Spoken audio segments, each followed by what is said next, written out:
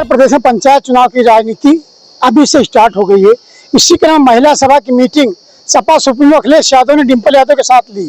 मेरे साथ कानपुर की आशा यादव जी हैं, जो महिला सभा प्रदेश सचिव से जानूंगा उनकी मीटिंग में एक अध्यक्ष जी ने इनको क्या आश्वासन दिया। सबसे पहले सबको मेरा आशीर्वाद और मेरी शुभकामनाएं।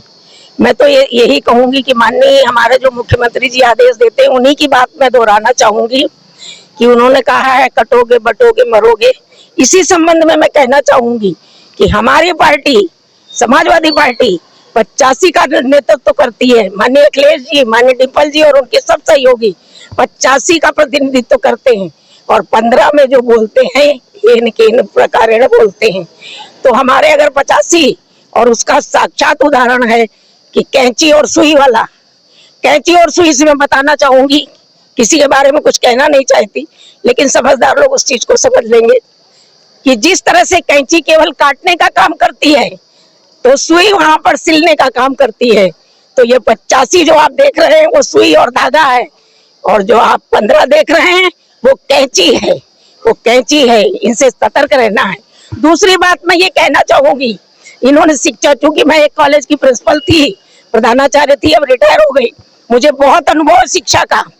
उन्होंने कह दिया सारे विद्यालयों को बंद करा देंगे, हमारी बालिकाएं कहाँ पढ़ेंगी, उनका सपना कैसे साकार होगा। बेटी बचाओ बेटी पढ़ाओ। 3 साल की बच्ची के साथ क्या हो रहा है वो मुझे कहने की जरूरत नहीं है। तो इस तरह से जो ये झूठी इस तरह की वादे कर रहे हैं ये सब गलत है। हमारी पार्टी ठोस है, जो बोलती है वो करके दिखाती है। जो बोलती है वो। लेकिन अभी आपने मैडम का कैंची और सुई, कैंची कौन है और सुई कौन है, मैं ये जानना चाहूंगा। ऐसा है, कैंची तो यही 15 है और सुई धागा जो है वो पीडीए है, पीडीए। तो हम लोग केवल सिलने का काम करते हैं, काटने का काम और बांटने का काम हमारी पार्टी नहीं करती है। जीरो टॉलरेंस की नीति सरकार तो जीरो टॉलरेंस है, प्रदेश में कहीं कोई घटना दुर्घटना नहीं हो रही, लेकिन महिलाएं कहीं ना कहीं सोचते के लिए झूठ कह देना बेटी बचाओ बेटी पढ़ाओ, ये झूठा नारा है। इसका साक्षात उदाहरण है 3 साल की बेटी, 5 साल की बेटी, जो कि रोज आप लोग देखते हैं कुछ नहीं हो पा रहा है। और जो उनके करने वाले क्राइम है ज्यादातर बीजेपी के सदस्य ही हैं और उनको कुछ नहीं होता है।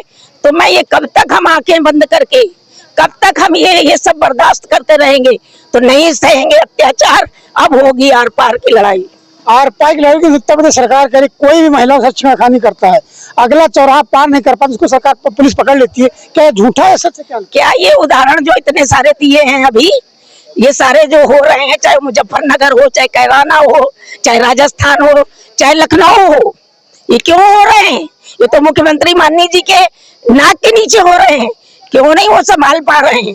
कहाँ गया उनका नारा कि वो चौराहा नहीं पार करेंगे? चौराहा तो हजरतगंज वाला भी पार कर लेता है और वहीं का एक उदाहरण है। तो इस मैडम आपका क्या नाम है?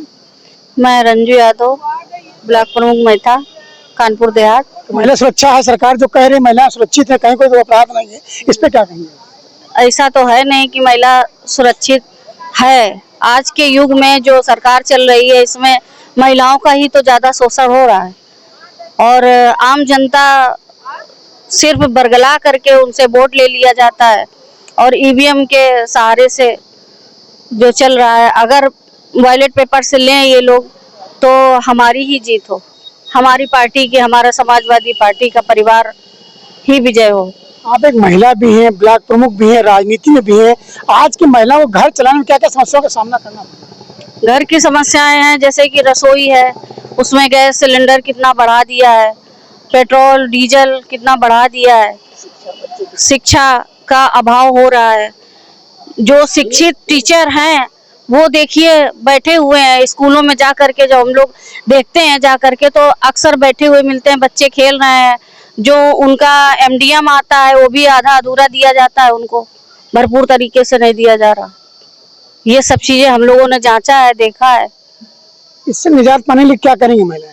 इससे निजात पाने के लिए मोदी सरकार या वो उनको जो है सरकार को सोचना चाहिए कि इस पे प्रकाश डालें और इसको देखें, संभालें।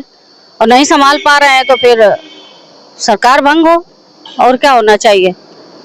इसी महिला की जो स्थिति दुर्दशा है, वो संभाला नहीं जा रहा है, इसलिए उसको जो है इनसे बचना पड़ेगा।